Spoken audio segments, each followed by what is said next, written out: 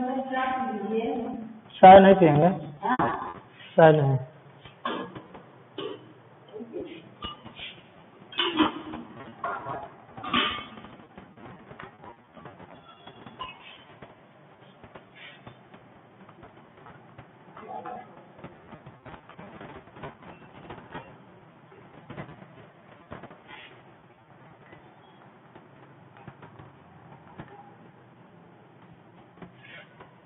आज की शेडिंग में सभी लोग ध्यान देंगे। गतिमान आवेश और ये जो चुंबकीय क्षेत्र का लेसन चल रहा है, इसमें शेडिंग आज बताना हम चाह रहे हैं। एक समान चुंबकीय क्षेत्र में धारावाही चालक पर बल। तो एक समान चुंबकीय क्षेत्र में धारावाही चालक पर बल देखना, इसके लिए ध्यान देंगे। एक और चुंबक लेंगे, प्रयोग द्वारा ध्यान देंगे। एक चुंबक लेकर जब चुंबक लेंगे तो उसके चारों ओर का क्षेत्र होगा चुंबकीय क्षेत्र, और उसमें जब धारावाही चालक रखकर धारा प्रवाहित करेंगे तो तार तन जाता है, मतलब उस पर एक बल लगता है, जिसे हम कहते हैं धारावाही चालक पर बल। तो किसके कारण उत्पन्न होता है? तो धारावाही चालक पर बल एक समान चुंबकीय क्षेत्र के कारण उत्पन्न होता है। यदि धारा और चुंबक का संबंध है, यदि हम धारा को रोक दें, न प्रवाहित करें, तो बल नहीं लगेगा, और चुंबकीय क्षेत्र को हटा दें तब भी बल नहीं लगेगा। तो चुंबकीय क्षेत्र के कारण धारावाही चालक पर, मतलब गतिमान आवेश पर बल।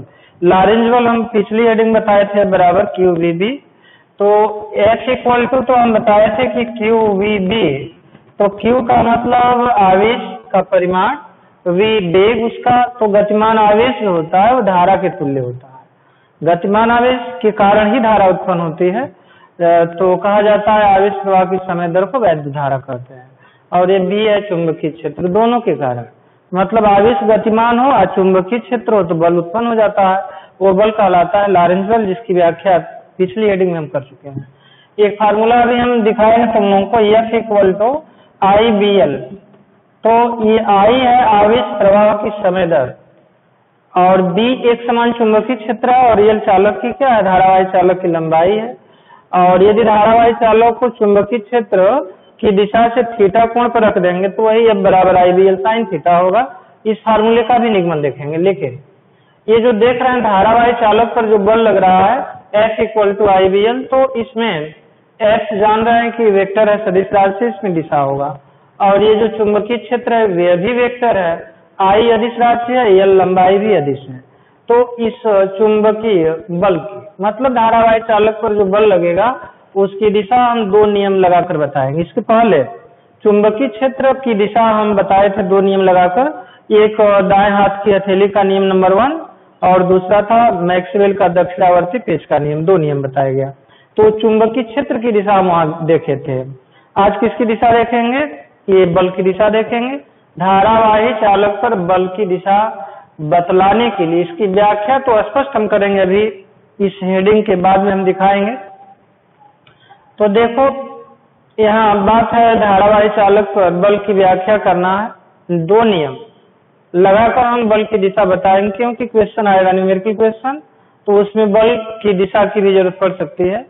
तो एक समान चुंबकीय क्षेत्र में यदि धारावाही चालक स्थित है तो उस पर एक बल लगेगा जिसका परिमाण F इक्वल टू IBL होगा। अब इसमें देख रहे हैं नियम, तो पहला नियम हम दाएं हाथ की हथेली का नियम नंबर 2 बताएंगे। एक तो इसी लेसन में पीछे बताया गया, दाएं हाथ की हथेली का, दाएं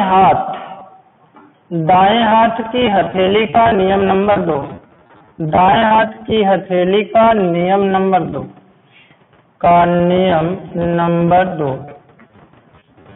अब इस नियम के अनुसार ध्यान देंगे, दाएं हाथ की हथेली का नियम नंबर 2 के अंतर्गत ध्यान देंगे। एक बार और हम रिवीजन करना चाहते हैं नियम नंबर 1।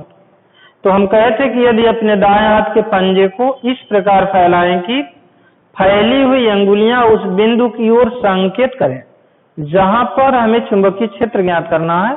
यदि अंगूठा धारा I की दिशा में है तो हथेली के तल के लंबवत धक्का देने की दिशा में चुंबकीय क्षेत्र B की दिशा होगी, ये हम बताए थे।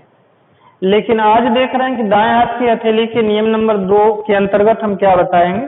तो दाएं हाथ को ऐसे फैला लेंगे, दाएं हाथ को फैलाकर फैली हुई अंगुलियों को चुंबकीय क्षेत्र B की दिशा में, अंगूठा धारा I की दिशा, में, तब हथेली के तल के लंबवत चुंबकीय बल मैग्नेटिक फोर्स F की दिशा होगी। कहने का मतलब यदि हम अपने दाएं हाथ के पंजे को इस प्रकार फैलाएं कि फैली हुई अंगुलियां बाएं चुंबकीय क्षेत्र B की दिशा में, अंगूठा धार I की दिशा में, तो तल के लंबवत चुंबकीय बल मैग्नेटिक फोर्स F की दिशा होगी। एक दूसरा नियम हम बताना चाह रहे हैं, फ्लेमिंग के बाएं हाथ का नियम। ये फ्लेमिंग के बाएं हाथ का नियम, फ्लेमिंग के बाएं हाथ का नियम। तो फ्लेमिंग के बाएं हाथ का नियम। तो देखो, फ्लेमिंग के बाएं हाथ के नियम के अनुसार बाएं हाथ देख रहे हैं, यहाँ ध्यान देना, यदि हम अपने बाएं हाथ के अंगूठे के पास वाली अंगुलियों को, यदि हम अपने बाएं हाथ के अंगूठे के पास वाली अंगुलियों को इस प्रकार फैलाएं कि ये परस्पर लंबवत रहें। यदि हम अपने बाएं हाथ के अंगूठे के पास वाली दोनों अंगुलियों को इस प्रकार फैलाएं कि ये परस्पर लंबवत रहें। यदि मध्यमा मतलब बीच वाली अंगुली धारा I की दिशा में, अंगूठे के पास वाली जिसे तर्जनी कहा जाता है बाएं चुंबकीय क्षेत्र B की दिशा में, तो अंगूठा चालक पर लगने वाले बल F की दिशा को प्रदर्शित करेगा। ऐसा ध्यान देंगे, इस तरह से कर लेंगे और इसको ध्यान देंगे F, इसको B और इसको I, F B I। तो F B I का मतलब I चालक में बहने वाली धारा, B चुंबकीय क्षेत्र की दिशा और यह अंगूठा चालक पर लगने वाले बल F की दिशा को ध्यान देंगे। यदि हम अपने बाएं हाथ के अंगूठे को इस प्रकार फैलाएं कि अंगूठे के पास वाली अंगुलियों को इस प्रकार फैलाएं कि मध्यमा धारा I की दिशा में, अंगूठे के पास वाली अंगुली चुंबकीय क्षेत्र B की दिशा में, तब चालक पर लगने वाले बल F की दिशा को अंगूठा बताएगा। F B I ध्यान देंगे, इसको F, इसको B और इसको I। यही है फ्लेमिंग के बाएं हाथ का नियम। और इन दोनों नियमों से हम F की दिशा देखेंगे, चुंबकीय क्षेत्र की दिशा नहीं। चुंबकीय क्षेत्र की दिशा तो पहले हम बताए थे, इस पर बल की दिशा। अब इसके बाद देखेंगे जो धारावाही चालक पर बल है, उसकी हम व्याख्या करना चाहते हैं कि फार्मूला जो F बराबर IBL कैसे आएगा, हमें प्रूव करना। कक्षा 10 में भी देखे होंगे, कक्षा 10 में भी फार्मूले को देखे होंगे, F इक्वल टू IBL देखे होंगे। साइन थीटा भी बताया जाता है। ये साइन थीटा कब होगा, जब चालक चुंबकीय क्षेत्र B की दिशा के लंबवत न होकर थीटा के एंगल पर हो, थीटा कोण पर हो, तब F equal to IBL sine theta. Proof करना है, ध्यान देंगे।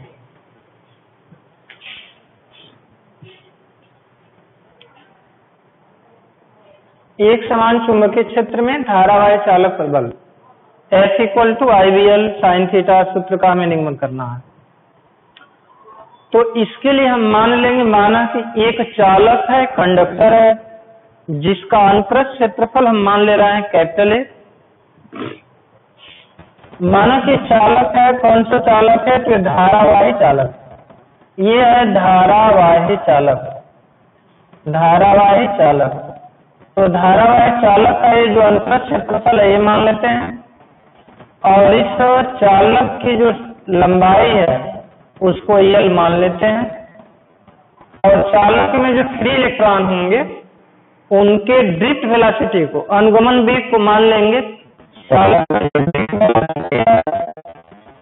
फ्री इलेक्ट्रॉनों की ड्रिफ्ट वेलोसिटी को, फ्री इलेक्ट्रॉनों की ड्रिफ्ट वेलोसिटी को VD मानेंगे, और एकांक आयतन में इलेक्ट्रॉनों की संख्या हम मान लें। माना कि चालक एकांक आयतन में फ्री इलेक्ट्रॉनों की, मुक्त इलेक्ट्रॉनों की संख्या N। माना कि चालक के एकांक आयतन में, चालक के एकांक आयतन में ये फ्री इलेक्ट्रॉन, मुक्त इलेक्ट्रॉनों की संख्या, मुक्त इलेक्ट्रॉनों की संख्या इक्वल टू स्मॉल n। तो चालक के एकांक आयतन में इलेक्ट्रॉनों की संख्या तो ये हो गई, अब चालक के अनुप्रस्थ क्षेत्रफल से प्रति सेकंड गुजरने वाले मुक्त इलेक्ट्रॉनों की संख्या कितनी होगी? तो चालक के अनुप्रस्थ क्षेत्रफल, चालक के अनुप्रस्थ क्षेत्रफल से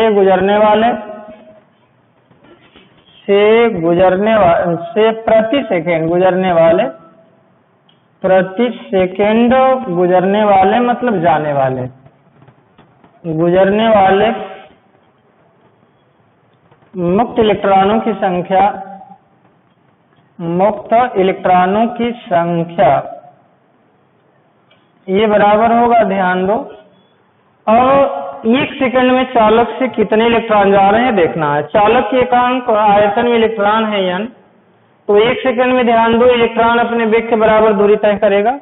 तो एक तरह से जो Vd देख रहे हैं वो एक तरह से प्रति सेकंड आयतन होगा। Al का मतलब ध्यान देंगे तो ये अनुप्रस्थ क्षेत्रफल है, अनुप्रस्थ क्षेत्रफल है A।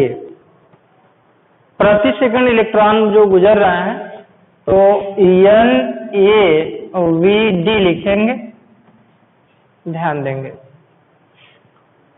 अब देख रहे हैं NaVd, तो 1 सेकंड में जितने इलेक्ट्रॉन गुजरते हैं, चूंकि इलेक्ट्रॉन तो आवेशित कण है वही वैद्युत धारा भी होती है, प्रति सेकंड प्रवाहित आवेश को ही वैद्युत धारा कहते हैं। तो ये तो इलेक्ट्रॉनों की संख्या है, इसमें यदि E से गुणा कर दें तो वैद्युत धारा हो जाएगी। चालक में बहने वाली धारा, ध्यान देना, चालक में बहने वाली धारा ये होगा चालक में बहने वाली वैद्युत धारा।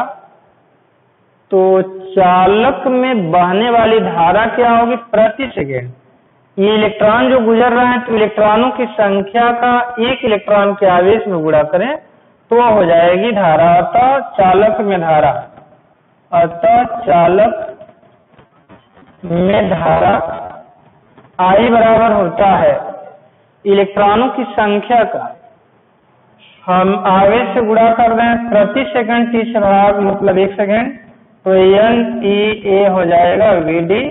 यह हुआ समीकरण नंबर 1। अब देखो चालक में 1 इलेक्ट्रॉन पर बल क्या होगा? चुंबकीय क्षेत्र B के कारण, चुंबकीय क्षेत्र B के कारण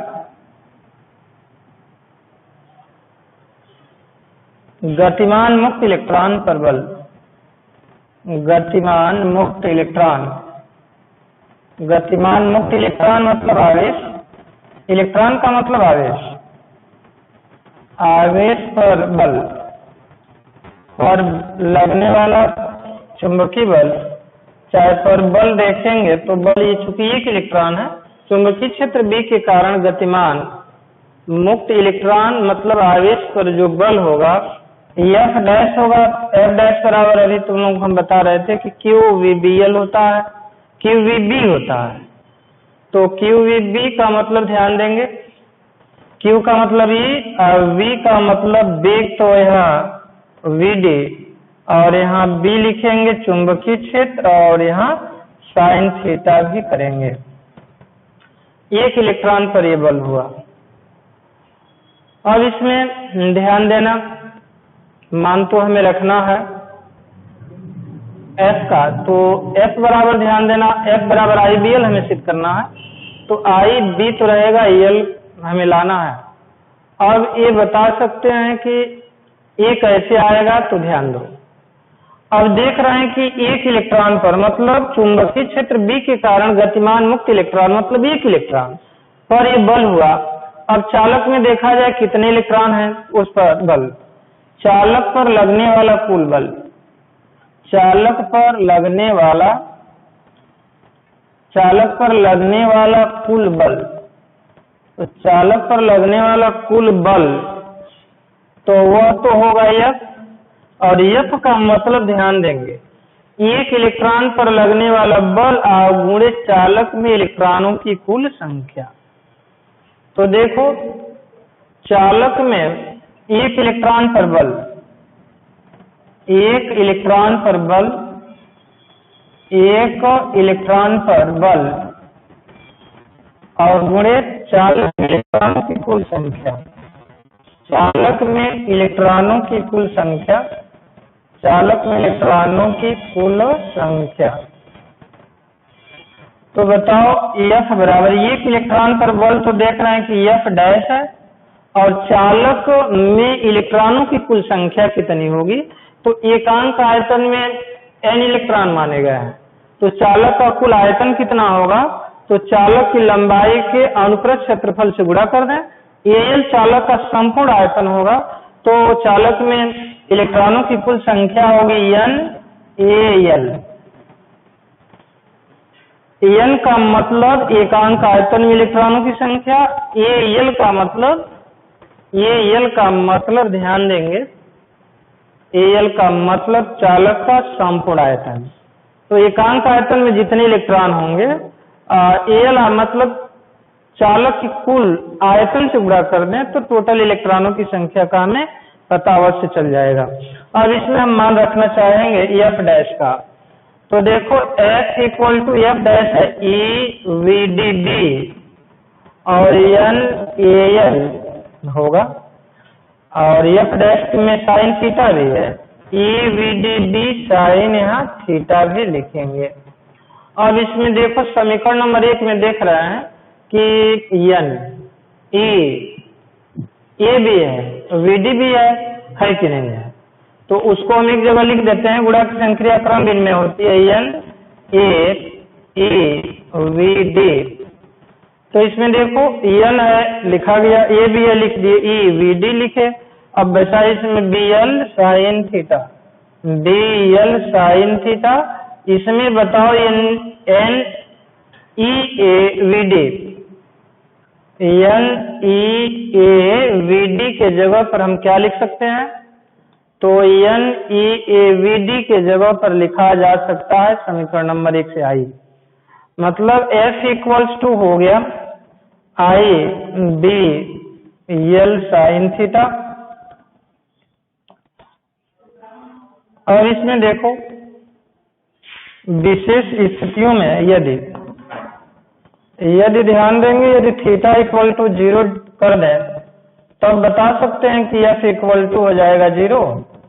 कहने का मतलब चुंबकीय क्षेत्र की दिशा में यदि धारावाही चालक हम रख दें, चुंबकीय क्षेत्र की दिशा में धारावाही चालक को रख दें तो उस पर कोई बल नहीं लगेगा। और दूसरा नंबर देखा जाए, यदि थीटा इक्वल टू 90 डिग्री तब F इक्वल टू हुआ IBL, क्योंकि साइन 90 डिग्री का मान 1 होता है, क्योंकि साइन 90 डिग्री इक्वल्स टू 1। तो इस तरह से हम धारावाही चालक पर बल की व्याख्या किए। इस बल की दिशा 2 नियम लगाकर बताएंगे। एक होगा दाएं हाथ की हथेली का नियम नंबर 2, और एक तो अभी हम बताए थे वो फ्लेमिंग के बाएं हाथ का नियम। उन दोनों नियमों की दिशा से किसी धारावाही चालक पर लगने वाले बल की हम दिशा का परिकलन करेंगे, तो ध्यान देना। इसके बाद देखो 2 समांतर, ये अभी तो हम चुंबकीय क्षेत्र का मात्रक विमा बताते हैं इस सूत्र से। उसके बाद 2 समांतर धारावाही चालक तारों के बीच बल बताकर रिलेशन समाप्त कर देंगे।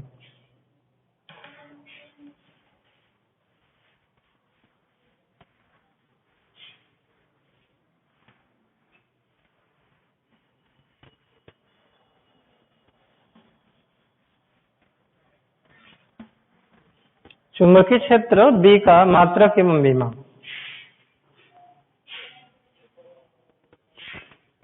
चुंबकीय क्षेत्र मैग्नेटिक फील्ड, चुंबकीय क्षेत्र का मात्रक,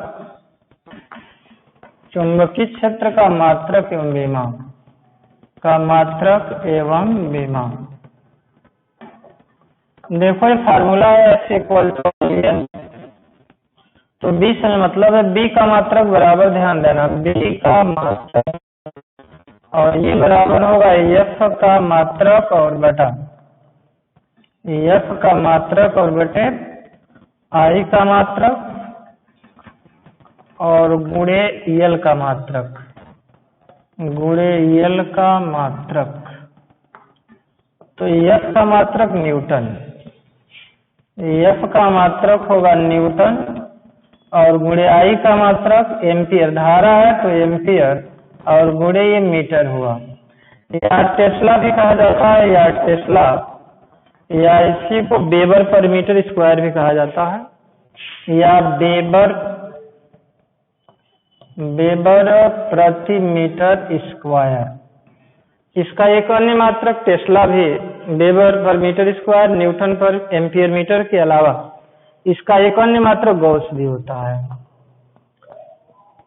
इसका एक अन्य मात्रक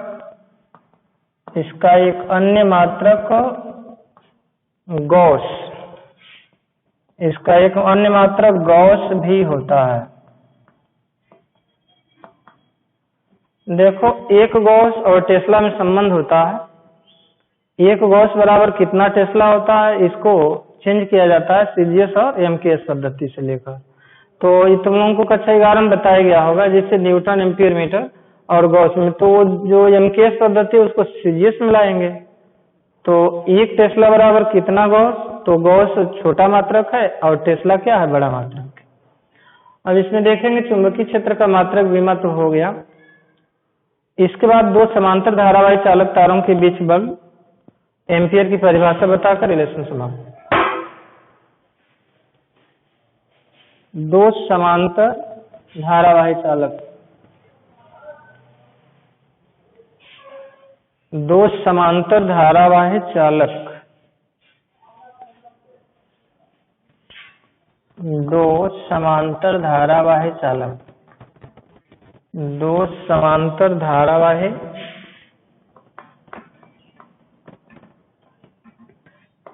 चालक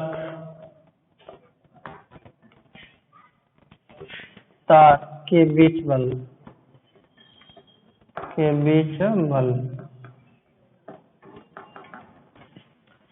इसमें देखो हम दो समांतर धारावाही चालक लेंगे और दोनों में पहले तो हम एक ही दिशा में वैद्युत धारा देख रहे हैं। इसमें I2 एम्पियर की और इसमें I1 एम्पियर की, तार पहला और एक दूसरा ये तार है।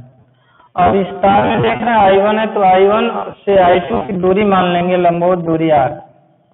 अब बता I1 धारावाही चालक के कारण यहाँ चुंबकीय क्षेत्र B1 उत्पन्न होगा। ये तार ध्यान दो, I1 धारावाही चालक के कारण R मीटर की दूरी पर उत्पन्न चुंबकीय क्षेत्र, ये जो देख रहे हैं ध्यान देना, R मीटर की दूरी पर यहाँ एक बिंदु P मान लेना और इस बिंदु P पर चुंबकीय क्षेत्र B1 का परिकलन किया जाए। ध्यान दो I1 धारावाही चालक, I1 धारावाही चालक के कारण बिंदु P पर चुंबकीय क्षेत्र B1, तो चुंबकीय क्षेत्र होगा B1, चुंबकीय क्षेत्र B1 बराबर, तो धारावाही चालक के कारण हम चुंबकीय क्षेत्र μ02 पाई इंटू I1 अपान R, ये बताया गया था, इतना न्यूटन पर एम्पियर मीटर। अब इस चुंबकीय क्षेत्र के कारण, इस चुंबकीय क्षेत्र के कारण, इस चुंबकीय क्षेत्र के कारण ध्यान देंगे, इस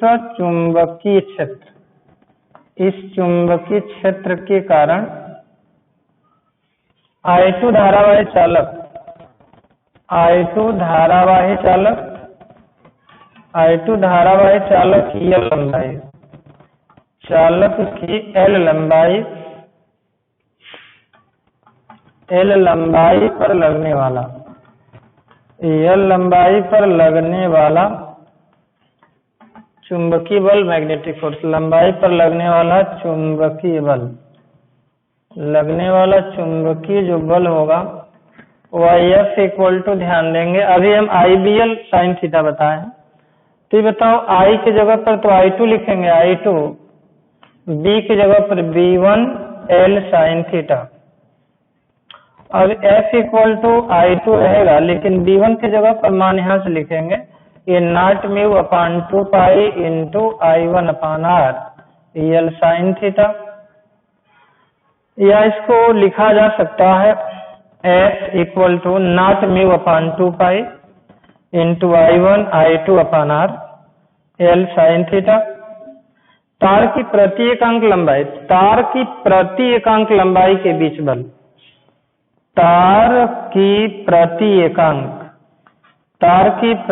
एकांक लंबाई, प्रति एकांक लंबाई के बीच, प्रति एकांक लंबाई के बीच लगने वाला बल फोर्स। तो लगने वाला ये जो बल होगा F अपान L होगा, और यह बराबर not mu upon 2 pi into I1 I2 upon R sine theta. अब इसमें देखेंगे कि ये बल आकर्षण होगा कि प्रतिकर्षण होगा। ध्यान देना, ये बल आकर्षण होगा कि प्रतिकर्षण। दिशा तो देख रहे हैं, दोनों तारों में एक दिशा है। अब देखो यहाँ, अब I1 के कारण B1 की दिशा जब देखेंगे तो देखा जाए तो दाएं हाथ की हथेली के नियम नंबर 1 से हम बताए थे कि फैली हुई अंगुलियां उस बिंदु की ओर जहां हमें चुंबकीय क्षेत्र ज्ञात करना है, अंगूठा धाराई की दिशा में, तो हथेली का तल जिधर होगा उधर वो चुंबकीय क्षेत्र की दिशा होगी। तो बताओ इस तरह से हम करेंगे तो हथेली का तल तो लंबवत नीचे की ओर है, मतलब इसकी दिशा किधर होगी? कागज के तल में लंबवत, कागज के तल में लंबवत नीचे की ओर। ये दिशा होगी, डायरेक्शन होगा इसका, दिशा कागज के तल में लंबवत नीचे की ओर। और ये B1 की दिशा तो लंबवत नीचे की ओर हो गई। I2 देख रहे हैं, चालक में धारा देख रहे हैं, तो यहाँ जो बल उत्पन्न होगा उसकी दिशा हम देख लेंगे। यदि बल की दिशा मान लो I1 धारावाही चालक की ओर आता है तो आकर्षण, और यदि उधर हो जाएगा तब क्या हो जाएगा? प्रतिकर्षण। अब ये देखना है कि तार इधर आ रहा है कि उधर जा रहा है। तो इधर तो आएगा, दिशा होगी तब तो इधर आएगा तो आकर्षण मान लेंगे, और नहीं आएगा उधर जाएगा दिशा बल की तो प्रतिकर्षण। अब देखो यहाँ तो जान गए कि जो B1 है इसकी दिशा है कागज के तल में लंबवत नीचे की, और ये I2 देख ही रहे हैं कि धारा किस दिशा में है। तो क्या हम जो बल लग रहा है F उसकी दिशा नहीं देख लेंगे? उसकी दिशा किससे देखेंगे? तो फ्लेमिंग के बाएं हाथ के नियम से भी देख लेंगे। तो फ्लेमिंग के बाएं हाथ के नियम हम बताए थे, FBI बताए थे। यदि हम अपने बाएं हाथ के अंगूठे के पास वाली अंगुलियों को इस प्रकार फैलाएं कि परस्पर लंबवत रहें, यदि मध्यमा धाराई की दिशा में, तर्जनी बाह्य चुंबकीय क्षेत्र B की दिशा में, अंगूठा धाराई की दिशा में, तो ये अंगूठा धारा नहीं, अंगूठा चालक पर बल F की दिशा को बताएगा। यदि हम अपने बाएं हाथ के अंगूठे के पास वाली अंगुलियों को इस प्रकार फैलाएं कि परस्पर लंबवत रहें, यदि मध्यमा धाराई की दिशा में, नहीं बीच वाली अंगुली मध्यमा धाराई की दिशा में, अंगूठे के पास वाली तर्जनी चुंबकीय क्षेत्र B की दिशा में, तो अंगूठा चालक पर लगने वाले बल F की दिशा को प्रदर्शित करेगा। FBI देखा जाए तो देखो, ध्यान दो, अंगूठा देख रहे हैं धारा की दिशा में, और ये तर्जनी चुंबकीय क्षेत्र B की दिशा में, तो गलत हो गया, ये I है ना।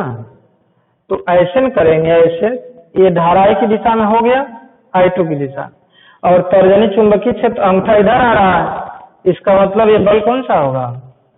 यह बल आकर्षण होगा, यह बल आकर्षण होगा। अब I2 की दिशा उलटती जा, ध्यान दो इधर, I2 की दिशा उलट दे, मतलब ऊपर धारा वाली तो नीचे यदि वह है तो ये बल की दिशा भी उलट जाएगी। यदि हम I2 को विपरीत दिशा में ऐसे कर दें तो अब जान रहे हैं कि अब ये नीचे क्यों हो जाएगा इस तरह से, तो बल अब इधर लगेगा, इधर लगेगा, मतलब क्या होगा? प्रतिकर्षण। तो देखो, ये तो देख रहे हैं कि दोनों तारों में धारा एक दिशा में है तो आकर्षण, अब विपरीत दिशा में होगी तो प्रतिकर्षण। धारा की दिशा विपरीत होने पर, धारा की दिशा विपरीत होने पर यह बल प्रतिकर्षण होगा, यह बल प्रतिकर्षण, यह बल प्रतिकर्षण होगा। अब इसमें थोड़ा ध्यान देंगे 1 एम्पियर की परिभाषा हम देना चाहेंगे। 1 एम्पियर की परिभाषा क्या होगी? एम्पियर का ध्यान दो, इसमें I1 = I2 बराबर 1 एम्पियर, तो 1 एम्पियर और F बराबर यहाँ लिखेंगे, F बराबर होगा μ0/4 पाई का मान होगा 2 × 10⁻⁷। L बराबर यहाँ 1 मीटर, I बराबर भी 1 मीटर लेंगे। साइन तो थीटा = 90 डिग्री कर लें तो साइन थीटा बराबर हो जाएगा 1। तो इससे हम 1 एम्पियर को परिभाषित करेंगे। देखो 1 मीटर लंबाई के मतलब प्रति एकांक लंबाई के तारों के बीच यदि 2 × 10⁷ न्यूटन का बल उत्पन्न हो, जबकि उनके बीच की लंबवत दूरी 1 मीटर हो, तो उसमें बहने वाली धारा क्या होगी? 1 एम्पियर होगी। मतलब 1 एम्पियर वह वैद्युत धारा है जो एकांक लंबाई एवं एकांक दूरी पर 2 लंबवत सीधे तारों में धारा प्रवाहित करने पर 2 × 10⁻⁷ न्यूटन का बल उत्पन्न होता है। तो बहने वाली धारा क्या होगी? तार में 1 एम्पियर होगी। कहने का मतलब 2 सीधे 1 मीटर लंबे तार परस्पर लंबवत रखे गए हों, उनके बीच की दूरी 1 मीटर हो, तो धारा प्रवाहित करने पर उनके प्रति एकांक लंबाई पर यदि 2 × 10⁻⁷ न्यूटन का बल उत्पन्न हो रहा हो, तो तार में बहने वाली धारा, चालक में बहने वाली धारा का मान कितना होगा? 1 एम्पियर होगा। तो 1 एम्पियर की परिभाषा भी हो गया। और इस तरह से आज ये लेसन पूर्णतः समाप्त हो जाता है। क्वेश्चन की बात है, लगाएंगे नहीं आएगा तो हम फिर बताएंगे।